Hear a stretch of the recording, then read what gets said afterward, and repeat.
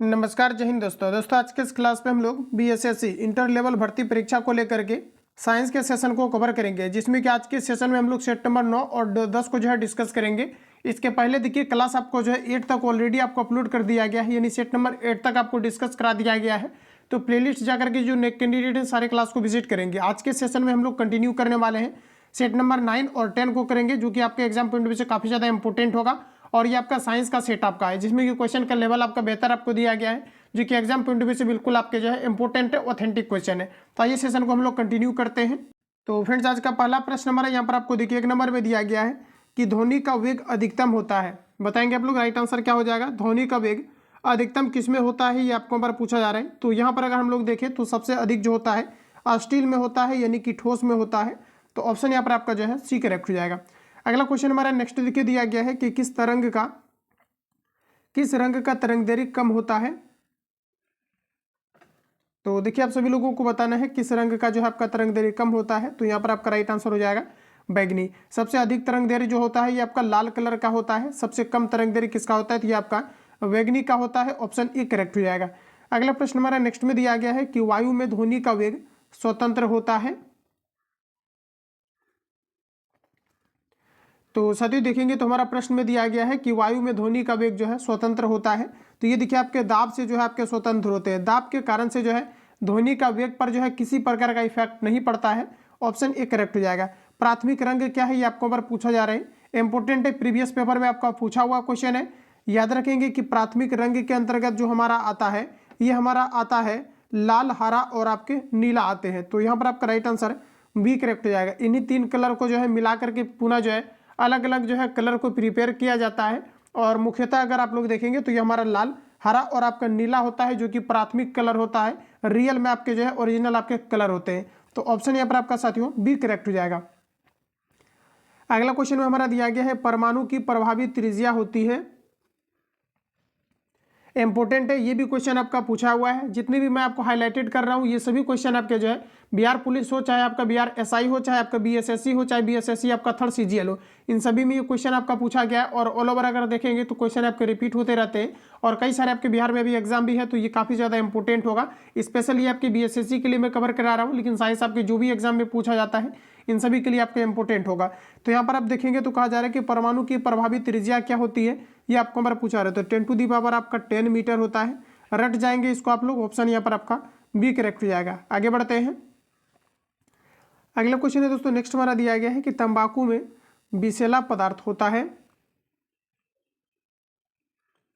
तो देखिए, तंबाकू में जो है आपका निकोटीन पाया जाता है। ध्यान रखेंगे, निकोटीन आपका पाया जाता है। ऑप्शन ए करेक्ट हो जाएगा। जबकि चाय में अगर पूछा जाता है तो इसमें आपका जो है कैफीन नामक जो है पदार्थ पाया जाता है। तो ऑप्शन आपका यहाँ पर ए करेक्ट हो जाएगा, ध्यान रखेंगे। अगला क्वेश्चन है साथियों नेक्स्ट हमारा दिया गया है कि कैफीन कहाँ पाया जाता है, ये हमें पूछा जा रहा है। तो सॉरी, देखिए कैफीन जो आपका है यहाँ पर मैंने आपको बता दिया कि चाय में पाया जाता है। तो चाय में नहीं, कैफीन आपके जो है कॉफ़ी में पाया जाता है, जो कि एक जो है नशायुक्त आपके पदार्थ होते हैं, जिनको पीने के कारण से आपके आदत लगते हैं। तो ये आपका मुख्य रूप से अगर देखा जाए तो कैफीन आपका कहाँ पाया जाता है, तो ये आपका कॉफ़ी में पाया जाता है। ऑप्शन आपका सी करेक्ट हो जाएगा। आगे बढ़ते हैं। अगला क्वेश्चन है साथियों नेक्स्ट हमारा दिया गया है एक एवोगाड्रो संख्या का मान होता है। तो देखिए, एक एवोगाड्रो संख्या बराबर जो होता है ये आपके जो है 6.022 इंटू 10 टू दी पावर 23 के बराबर होता है। इसका किसी प्रकार का यूनिट नहीं होता है। ध्यान रखेंगे आप लोग कि जो है आपका 6.022 इंटू 10 टू दी पावर 23 के जो है आपके बराबर होता है एक एवोगाड्रो संख्या। आगे बढ़ते हैं साथियों। अगला में दिया गया है कि नींबू की पीएच मान कितना होता है।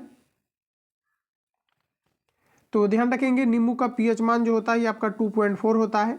और नींबू जो होता है ये आपका अम्लीय होता है। नींबू में जो है साइट्रिक अम्ल पाया जाता है। और साथ ही विटामिन सी भी जो है आपके खट्टे फलों में पाया जाता है और नींबू में भी पाया जाता है। सबसे अधिक अगर विटामिन सी की अगर हम बात करें तो ये आपके आंवला में पाए जाते हैं। तो इतने फैक्ट को आप लोग याद रखेंगे। बाकी यहाँ पर आपको दिया गया है 7 पॉइंट आपको 0 दिया गया है। तो पानी का जो पीएच मान होता है ये आपका 7 होता है, या 7 पॉइंट आप 0 बोल सकते हो। इतने फैक्ट को यहाँ से आप लोग याद रखेंगे। अगला प्रश्न हमारा नेक्स्ट में दिया गया है कि नींबू में कौन सा अम्ल होता है। तो फ्रेंड्स यहाँ पर आपका राइट आंसर हो जाएगा, इसमें आपका साइट्रिक अम्ल पाया जाता है। ऑप्शन सी करेक्ट हो जाएगा। फॉर्मिक अम्ल जो है चींटी के डंक में पाया जाता है। अगला क्वेश्चन हमारा नेक्स्ट में दिया गया है बॉक्साइट किसका महत्वपूर्ण अयस्क है? तो देखिए हम लोग अगर बॉक्साइट की बात करें तो बॉक्साइट, कोरंडम, क्रायोलाइट, ये सभी आपके जो है एल्यूमिनियम का अयस्क होता है। और देखिए एल्यूमिनियम का निष्कर्षण जो है बॉक्साइट अयस्क से किया जाता है, जिसका सूत्र की बात करें तो Al2O3 आपका बॉक्साइट का सूत्र होता है। फ्रेंड्स यहाँ से आपके पूछा जाता है कि कौन सा ऐसा जो है निम्न में से क्या है जो उभयधर्मी गुण को प्रदर्शित करता है। तो देखिए जो बॉक्साइट आपका होता है Al2O3 होता है, ये उभयधर्मी गुण को प्रदर्शित करता है। इसके अलावा जो आपका ZnO होता है ये भी उभयधर्मी गुण को प्रदर्शित करता है। और एक आपका होता है PbO, ये भी उभयधर्मी गुण को प्रदर्शित करता है। यहाँ से कई बार आपके क्वेश्चन पूछा गया है, तो इसको आप लोग यहाँ से नोट डाउन कर लेना। ऑप्शन आपका डी राइट हो जाएगा। अगला प्रश्न हमारा दिया गया है पीतल डैश की मिश्र धातु है। तो देखिए पीतल की अगर हम बात करेंगे तो पीतल में जो है तांबा और जो है जस्ता पाया जाता है, यानी कि जो है आपका Zn और आपका Cu आपका पाया जाता है, जिसे हम लोग कहते हैं पीतल। तो ऑप्शन आपका बी करेक्ट हो जाएगा। आगे बढ़ते हैं साथियों, अगला में दिया गया है पारा का अयस्क डैश है। पारा का अयस्क क्या है ये हमें पूछा जा रहा है। तो देखिए पारा का जो अयस्क होता है ये आपका सिनेबार होता है। और साथियों याद रखेंगे पारा को जो है क्विक सिल्वर के नाम से भी जाना जाता है, जिसकी परमाणु क्रमांक की अगर हम बात करेंगे तो 80 होता है। पारा कितने डिग्री सेल्सियस ताप पर जो है जमता है? तो -39 डिग्री सेल्सियस ताप पर पारा जमता है। इतने फैक्ट को यहाँ से याद रखेंगे। कमरे के ताप पर जो है पारा एकमात्र ऐसा धातु है जो कि द्रव अवस्था में पाया जाता है। और अधातु में अगर हम बात करेंगे तो ब्रोमीन एकमात्र ऐसा अधातु है जो कि द्रव अवस्था में पाया जाता है। आगे बढ़ते हैं, अगला में दिया गया है कहा जा रहा है कि ब्रोंज यानी जिसे हम लोग कांसा बोलते हैं एक मिश्र धातु है। कांसा किसका मिश्र धातु या मिश्रण है ये हमें पूछा जा रहा है। तो देखिए कॉपर और टीन का जो आपका मिश्र धातु होता है ये आपका कहलाता है कांसा। तो ऑप्शन यहाँ पर आपका डी राइट हो जाएगा। आगे बढ़ते हैं, अगला में दिया गया हमारा कि बेशेमर प्रक्रम से बनाया जाता है। फिर से आपको बताना है कि बेशेमर प्रक्रम से आपके क्या बनाए जाते हैं ये हमें पूछा जा रहा है। तो देखिए आप लोग ध्यान रखेंगे कि बेशेमर जो प्रक्रम होता है इसे मुख्य रूप से जो है इस्पात को बनाया जाता है। तो ऑप्शन आपका यहाँ पर सी करेक्ट हो जाएगा। देखिए इस्पात को जो है कठोर बनाने के लिए इसमें कार्बन का प्रयोग किया जाता है और जंगरोधी बनाने के लिए इसमें जो है क्रोमियम को मिलाया जाता है। तो ध्यान रखेंगे आप लोग, ऑप्शन सी आपका सही हो जाएगा। आगे बढ़ते हैं, अगला में दिया गया है कांच निम्नलिखित का मिश्रण है। बताइए आप लोग कांच किसका मिश्रण है? तो कांच जो है साथियों बालू और सिलिकेट का आपका मिश्रण होता है, जिसे हम लोग बोलते हैं कांच। तो ऑप्शन सी आपका राइट हो जाएगा। अगला प्रश्न हमारा नेक्स्ट देखिए, बोला जा रहा है कि लोहा का शुद्धतम रूप है। सभी क्वेश्चन आपके काफ़ी ज़्यादा इंपॉर्टेंट है और इस तरह से अगर आप फाइनली अगर इसको अगर आप अच्छे तरीके से कवर कर लेते हैं, जितनी भी आपको सेट यहाँ पर आपको दिया गया है, फाइनली आपका साइंस आपका बेहतर हो जाएगा। 20+ डेफिनेटली आपका स्कोर आपके होगा। बाकी आप अगर रिसेंटली अगर आप DLED का फॉर्म अगर आप डालने वाले हैं जो कि कल से आपका स्टार्ट हो गया है, तो इसमें भी 20 क्वेश्चन आपका साइंस का पूछा जाएगा। तो ऑल ओवर साइंस आपको हर एक जगह से लगाना है, तभी आप जो है बेहतर परफॉर्मेंस कर पाएंगे। तो यहाँ पर आप देखेंगे तो हमारा बोला जा रहा है कि लोहा का शुद्धतम रूप क्या है ये आपको बार पूछा जा रहा है। तो लोहा का जो शुद्धतम रूप है ये आपका यहाँ पर हो जाएगा पिटवा लोहा। ऑप्शन बी यहाँ पर आपका राइट हो जाएगा। अगला क्वेश्चन है फ्रेंड्स, दिया गया है कि अधिकांश लोहा निम्न से प्राप्त किया जा सकता है। तो देखिए लोहा का अयस्क आपका होता है हेमेटाइट, मैग्नेटाइट, लिमोनाइट, सिडेराइट। ध्यान रखेंगे हेमेटाइट, मैग्नेटाइट, लिमोनाइट, सिडेराइट लोहा का अयस्क होता है और लोहा का जो निष्कर्षण किया जाता है ये हेमेटाइट अयस्क से किया जाता है। तो ऑप्शन आपका यहाँ पर ए करेक्ट हो जाएगा। अगला में दिया गया है मानव द्वारा निर्मित प्रथम संश्लिष्ट रेशा था। मानव द्वारा बनाया गया पहला रेशा कौन सा था ये हमें बताना है। तो यहाँ पर आपका राइट आंसर हो जाएगा नायलॉन। ऑप्शन ए करेक्ट हो जाएगा। अगला प्रश्न साथियों दिया गया है कि गन पाउडर किसका मिश्रण होता है। तो देखिए गन पाउडर की अगर हम बात करेंगे तो इसमें आपका सल्फर मिलाया जाता है, चारकोल मिलाया जाता है और सोरा मिलाया जाता है। तो ऑप्शन यहाँ पर आपका बी करेक्ट हो जाएगा। रिपीट करेंगे आप लोग, गन पाउडर किसका किसका मिश्रण होता है? तो इसमें आपका सल्फर, चारकोल और आपके सोरा को मिलाया जाता है। ऑप्शन बी करेक्ट हो जाएगा। अगला प्रश्न साथियों दिया गया है कि गन धातु में होता है। तो देखिए गन मेटल में जो है किसका किसका मिश्रण होता है ये हमें पूछा जा रहा है। गन मेटल में देखिए आपका कॉपर होता है, टीन होता है और आपका जिंक होता है। इन सभी क्वेश्चन को आपको नोट डाउन करना है। बाकी आप सभी लोगों को जो है टेलीग्राम का डिस्क्रिप्शन में लिंक डाला गया है, तो टेलीग्राम से आप लोग जुड़ जाएं। सारा PDF आपको टेलीग्राम पर अवेलेबल कराया जा रहा है, तो बिल्कुल आप लोग जो है रिवीजन भी कर पाएंगे। इसमें आपको साइड में आंसर भी आपको दिया गया है, तो सिस्टमेटिक तरीका से कर सकते हैं। या हमारे प्राइवेट ग्रुप को आप ज्वाइन करना चाहते हैं तो इस नंबर पर आप सभी लोगों को SMS कर देना है। प्राइवेट ग्रुप में आप ऐड होकर के जो है सिस्टमेटिक तरीका से जो है साइंस और जो है आप पूरा जीएस का पेपर आप अच्छे तरीके से लगा पाएंगे। फुल आपको प्रैक्टिस शीट भी प्रोवाइड किया जा रहा है, जिसमें कि 150 क्वेश्चन आप जो है आराम से इसमें लगा सकते हैं। तो यहाँ पर देखेंगे तो हमारा राइट आंसर आपका हो जाएगा गन मेटल किसका किसका मिश्र धातु होता है, तो कॉपर, टिन और आपके जिंक का होता है, तो ऑप्शन सी आपका राइट हो जाएगा। आगे बढ़ते हैं साथियों, अगला में दिया गया है टांका यानी कि सोल्डर डैश से बनी मिश्र धातु होती है। तो देखिए टांका यानी जिसे हम लोग सोल्डर कहते हैं, तो ये इसमें जो है आपका शीशा और आपको टीन को मिलाया जाता है, ऑप्शन डी आपका राइट हो जाएगा। अगला क्वेश्चन है फ्रेंड्स, देखिए दिया गया है कि निम्नलिखित में से सबसे भारी धातु है, सबसे भारी धातु कौन सी हो जाएगा, तो ये आपका हो जाएगा ओस्मियम, ऑप्शन डी करेक्ट हो जाएगा। ये मैंने पिछला सेट में इसको जो है कवर भी कराया था फुल लेंथ प्रैक्टिस सेट में। अगला में दिया गया है कि पोर्टलैंड सीमेंट के प्रमुख संघटकों में शामिल है। तो देखिए अगर पोर्टलैंड सीमेंट की अगर हम यहाँ पर बात करें तो इसमें जो है क्या क्या आपके होते हैं, तो साथ ही याद रखेंगे पोर्टलैंड जो हमारा सीमेंट होता है इसमें मुख्य रूप से आपका लाइम होता है, सिलिका होता है और आपका एल्यूमिना होता है, ऑप्शन डी करेक्ट हो जाएगा। अगला में हमारा दिया गया है कि सबसे शुद्ध कोयले का प्रकार कौन सा है।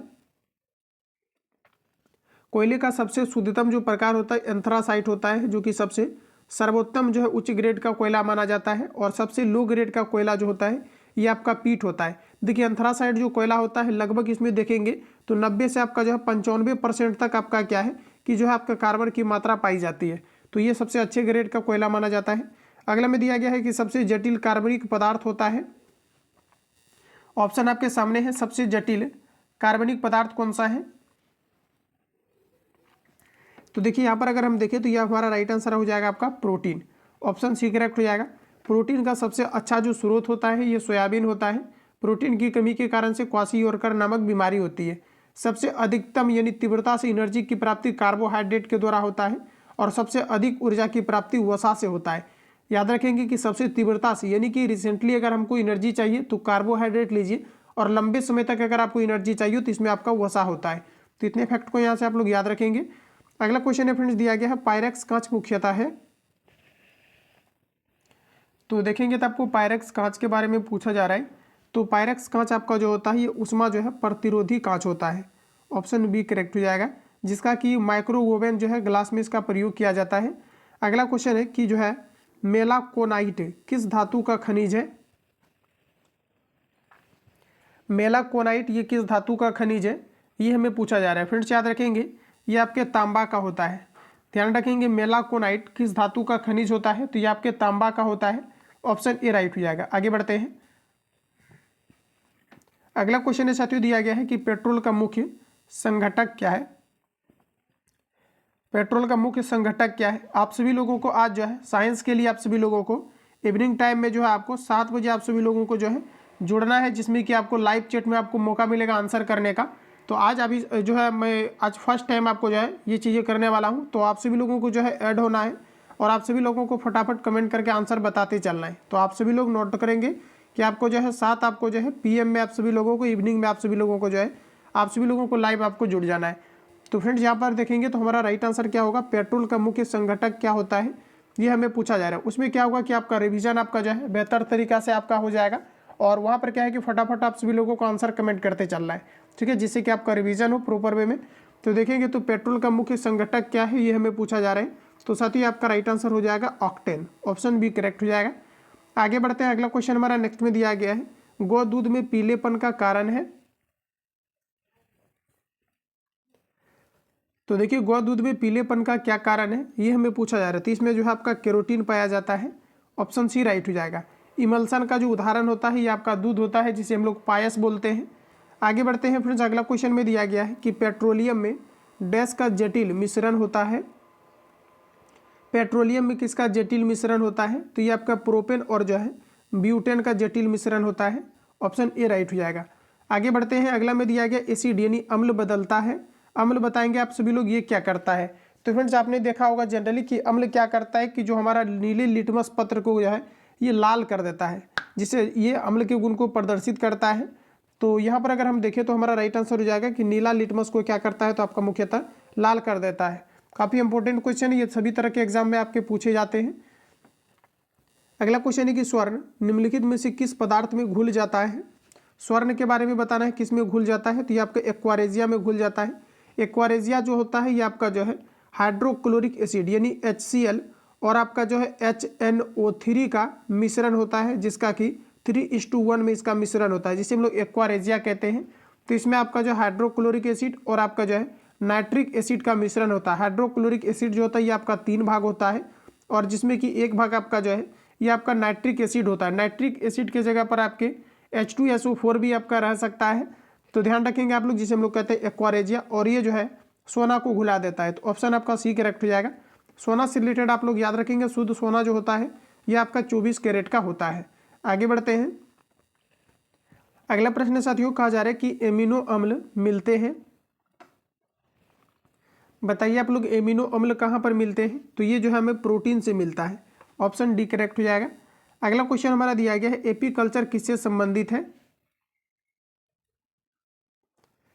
तो देखिए एपीकल्चर, मधुमक्खी पालन को हम लोग कहते हैं एपीकल्चर। ऑप्शन ए राइट हो जाएगा।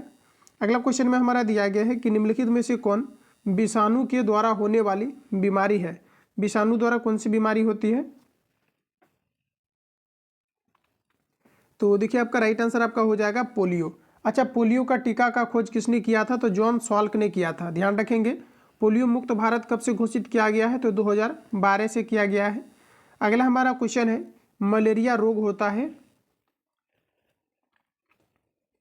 तो फ्रेंड्स याद रखेंगे मलेरिया रोग जो होता है ये मादा एनाफिलीज के द्वारा होता है। ऑप्शन ए करेक्ट हो जाएगा। मलेरिया रोग किसके कारण से होता है? तो मादा एनाफिलीज के कारण से होता है। ऑप्शन ए राइट हो जाएगा। आगे हम लोग बढ़ जाते हैं। अगला हम लोग जो है नेक्स्ट सेट में जो है एंटर कर चुके हैं, और यहाँ से हमारा जो है नेक्स्ट सेशन आपका जो है अब कंटिन्यू आपका होगा। तो यहाँ से आप सभी लोगों को अब जो है आंसर आप सभी लोगों को बताते चलना है। तो फ्रेंड्स आज का पहला प्रश्न हमारा नेक्स्ट जो है सेशन का, यहाँ पर आप देख पाएंगे हमारा बोला जा रहा है कि मानव शरीर का कौन सा अंग टाइफाइड से मुख्य रूप से प्रभावित होता है? बताइए आप लोग राइट आंसर आपका क्या होगा? तो देखिए आंत आपका प्रभावित होता है। ऑप्शन आपका डी राइट हो जाएगा। आगे बढ़ते हैं। अगला में दिया गया है पानी की गंदगी से फैलने वाला रोग है। तो देखिए पानी की गंदगी से फैलने वाला रोग आपका टाइफाइड है। ऑप्शन डी करेक्ट हो जाएगा। अब यहाँ पर देखिए टाइफाइड से रिलेटेड आपका पूरा आपका क्लियर हो गया है। तो पूरी पॉसिबिलिटी है कि इस सेट को कवर करने के बाद, क्योंकि मैंने आपको अच्छे तरीक़ा से पहले ही बता दिया है, इस बुक को आपको अच्छे तरीक़ा से लगाना है। साथ ही आपको 3200 जो आपका रुक्मिणी पब्लिकेशन का है अच्छे तरीक़ा से आपको लगाना है। इसको लगाने के बाद पूरी जो है पॉसिबिलिटी है कि आपके क्वेश्चन नहीं छूटने चाहिए। बाकी और जो भी आपके सिलेक्टिव क्वेश्चन आपके नोट्स सब आएंगे ये सभी मैं आपको कलेक्ट करके प्रोवाइड करूँगा। डेफिनेटली साइंस आपका बेहतर आपका हो जाएगा।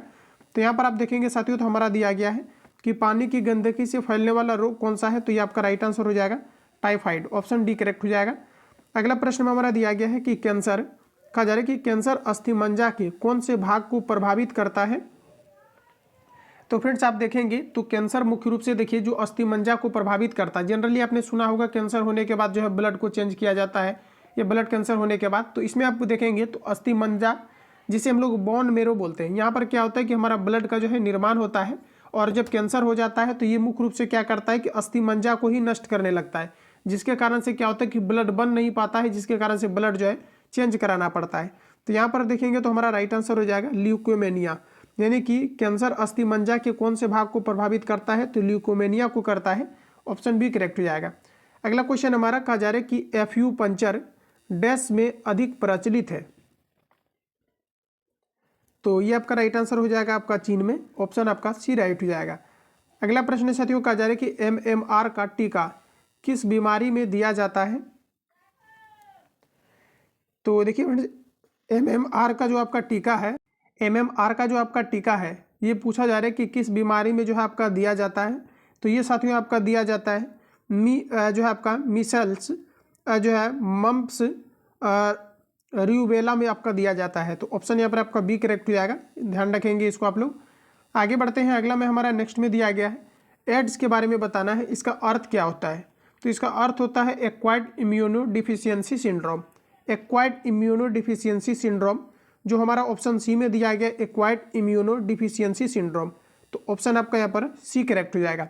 फ्रेंड्स ध्यान रखेंगे एड्स के कारण से हमारे WBC के अंदर लिम्फोसाइट एक आपके पाए जाते हैं, भाग होते हैं, जिसको कि एड्स मुख्य रूप से जो है प्रभावित करने का काम करती है, जो एंटीबॉडीज बनाते हैं। तो ध्यान रखेंगे आप लोग, कई बार क्वेश्चन आपका पूछा जाता है एड्स किसको प्रभावित करता है, तो लिम्फोसाइट को प्रभावित करता है, ताकि वो एंटीबॉडीज जो है नहीं बना पाते हैं, जिसके कारण से जो है इम्यून सिस्टम मुख्य रूप से जो है आपके डाइवर्ट होते हैं। अगला प्रश्न हमारा दिया गया है कि जीवाणुओं की रोम जैसी संरचना को कहा जाता है, जीवाणुओं की रोम जैसी संरचना को कहा जाता है फ्लैंजिला। ऑप्शन ए करेक्ट हो जाएगा। आगे बढ़ते हैं, अगला क्वेश्चन हमारा नेक्स्ट में दिया गया है, निम्नलिखित में से कौन सा अम्ल पेट के जीवाणुओं का नाश करता है। तो ये आपका यहाँ पर राइट आंसर हो जाएगा आपका HCl, हाइड्रोक्लोरिक एसिड हो जाएगा। और लगभग क्वेश्चन में अगर जहाँ पर भी आपको जो है पेट से रिलेटेड अम्ल के रिलेटेड आपका क्वेश्चन पूछा जाता है तो आप सभी लोगों को हाइड्रोक्लोरिक एसिड ही आपको लगाना है। अगला में दिया हीमोफीलिया एक आनुवांशिक रोग है जिसका परिणाम है, हीमोफीलिया के बारे में बताना है साथियों। ये आनुवांशिक रोग है जिसका परिणाम क्या होता है। तो देखिए हीमोफीलिया से मुख्य रूप से आप देखेंगे तो आपका जो है रक्त का थक्का नहीं बन पाता है और इसके लिए मुख्य रूप से विटामिन के जो है आपके जिम्मेदार होते हैं। आगे बढ़ते हैं, अगला क्वेश्चन हमारा दिया गया है, कहा जा रहा है कि FU पंचर क्या है, ये हमें पूछा जा रहा है। जैसा कि अभी अपने सुना कि FU पंचर जो है आपका चाइना में प्रचलित है, तो उसी से रिलेटेड फिर आपको क्वेश्चन मिलेगा। इस प्रकार से क्या है कि पूरा आपका डाउट आपका क्लियर हो जाएगा। तो देखिए FU पंचर जो है हमारा सुइयों के माध्यम से उपचार किया जाता है, जिसे हम लोग कहते हैं FU पंचर। सुइयों के माध्यम से उपचार करना क्या कहलाता है, तो आपका जो एक्यू पंचर कहलाता है। ऑप्शन आपका यहाँ पर सी राइट हो जाएगा। आगे बढ़ते हैं, अगला प्रश्न हमारा नेक्स्ट में देखिए दिया गया है, डिप्थीरिया रोग से ग्रस्त होती है। तो बोला जा रहा है कि डिप्थीरिया रोग से क्या ग्रस्त होता है, तो ये आपका हो जाएगा गला ग्रस्त होता है। ऑप्शन बी आपका राइट हो जाएगा। अगला में दिया गया है कि मलेरिया रोग प्रभावित करता है। तो फ्रेंड्स याद रखेंगे आप लोग कि मलेरिया रोग जो है किसको प्रभावित करता है, तो ये आपके प्लीहा को करता है। ऑप्शन सी आपका राइट हो जाएगा। अगला हमारा नेक्स्ट में दिया गया है, एड्स में डी का तात्पर्य क्या है, तो पूरा एड्स का आपको फुल फॉर्म याद रखना है, एक्वायर्ड इम्यूनो डिफिशियंसी सिंड्रोम होता है। तो डिफिशियंसी यहाँ पर आपका ऑप्शन सी में दिया गया है, तो ऑप्शन सी आपका राइट हो जाएगा। अगला में दिया गया है, बोला जा रहा है कि ग्लूकोमा व कहा जा रहा है कि ट्रेकोमा किस अंग का रोग है, ये हमें पूछा जा रहा है। इंपॉर्टेंट है फ्रेंड्स, याद रखेंगे ग्लूकोमा और ट्रेकोमा किस अंग का रोग है, ये हमें पूछा जा रहा है। ये आंख का रोग है। ऑप्शन आपका डी राइट हो जाएगा। आगे बढ़ते हैं, नेक्स्ट में दिया गया हेपेटाइटिस रोग में शरीर का कौन सा अंग प्रभावित होता है। ये सभी क्वेश्चन देखिए क्या होता है कि कन्फ्यूजन ज़्यादातर होता है, एग्जाम हॉल में अगर मिले तो काफ़ी ज़्यादा आपको कन्फ्यूजन करता है। तो पहले से प्रैक्टिस में रहेंगे तो बिल्कुल आपका दिक्कत नहीं होगा। हेपेटाइटिस की अगर हम बात करेंगे तो ये मुख्य रूप से जो है यकृत को प्रभावित करता है। क्वेश्चन पूछा जाता है कि विटामिन ए जो है कहाँ पर संचित होता है, तो ये हमारे यकृत में होता है। सबसे बड़ा जो हमारे बॉडी के अंतर्गत ग्रंथि होता है ये आपका यकृत होता है।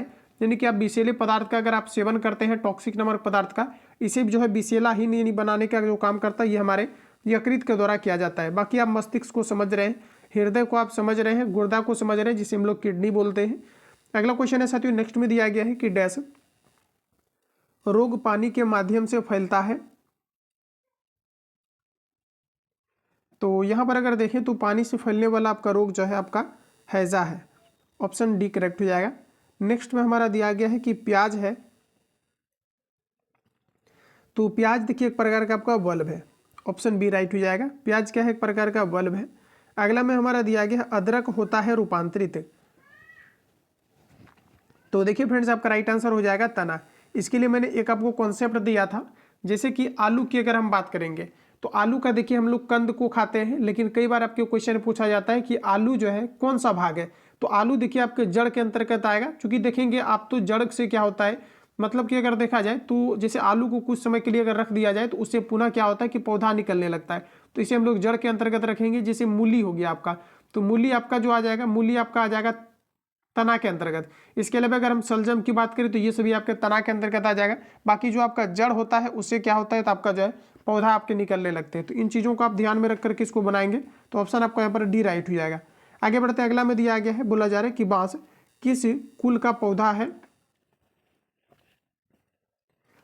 तो साथियों आपका राइट आंसर आपका हो जाएगा घास का है। ऑप्शन बी करेक्ट हो जाएगा। अगला में दिया गया है कि सामान्य चीनी या कैन शुगर किसे कहते हैं, ये आपको यहाँ पर पूछा जा रहा है। तो ये कहा जाता है आपका सुक्रोज को कहा जाता है।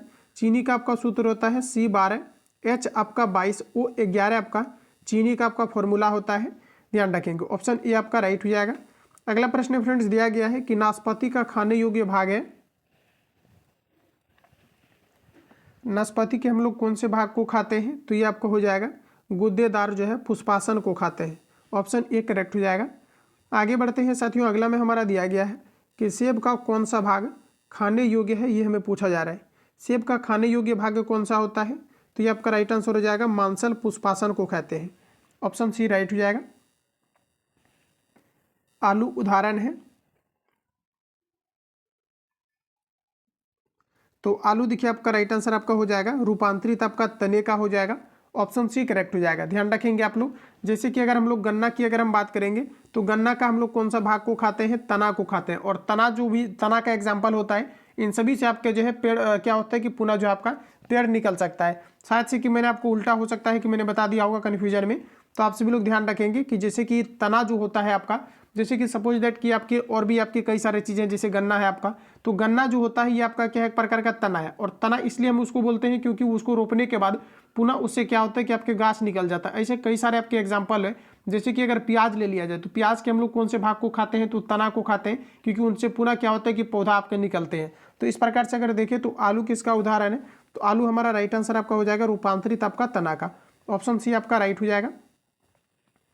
नेक्स्ट हमारा दिया गया है काली मिर्च पादप एक डैश है,